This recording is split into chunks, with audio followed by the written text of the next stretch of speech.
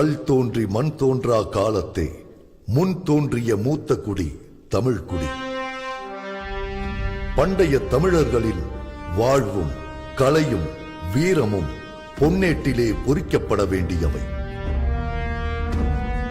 1000 ஆண்டுகள் தாண்டியும் உலகமே கண்டு வியக்கும் வண்ணம் தான் வாழ்ந்து சென்ற அடையாளங்களை விட்டுச் சென்ற தமிழ் அரசர்களில் முக்கியமானவன் ராஜராஜ சோழன். கிபி 957 முதல் கிபி 973 வரை சோழ நாட்டை ஆண்ட சுந்தர சோழனுக்கும் சேர நாட்டு வானவன் மாதவிக்கும் 2வது மகனாக பிறந்தவர் ராஜராஜ சோழன்.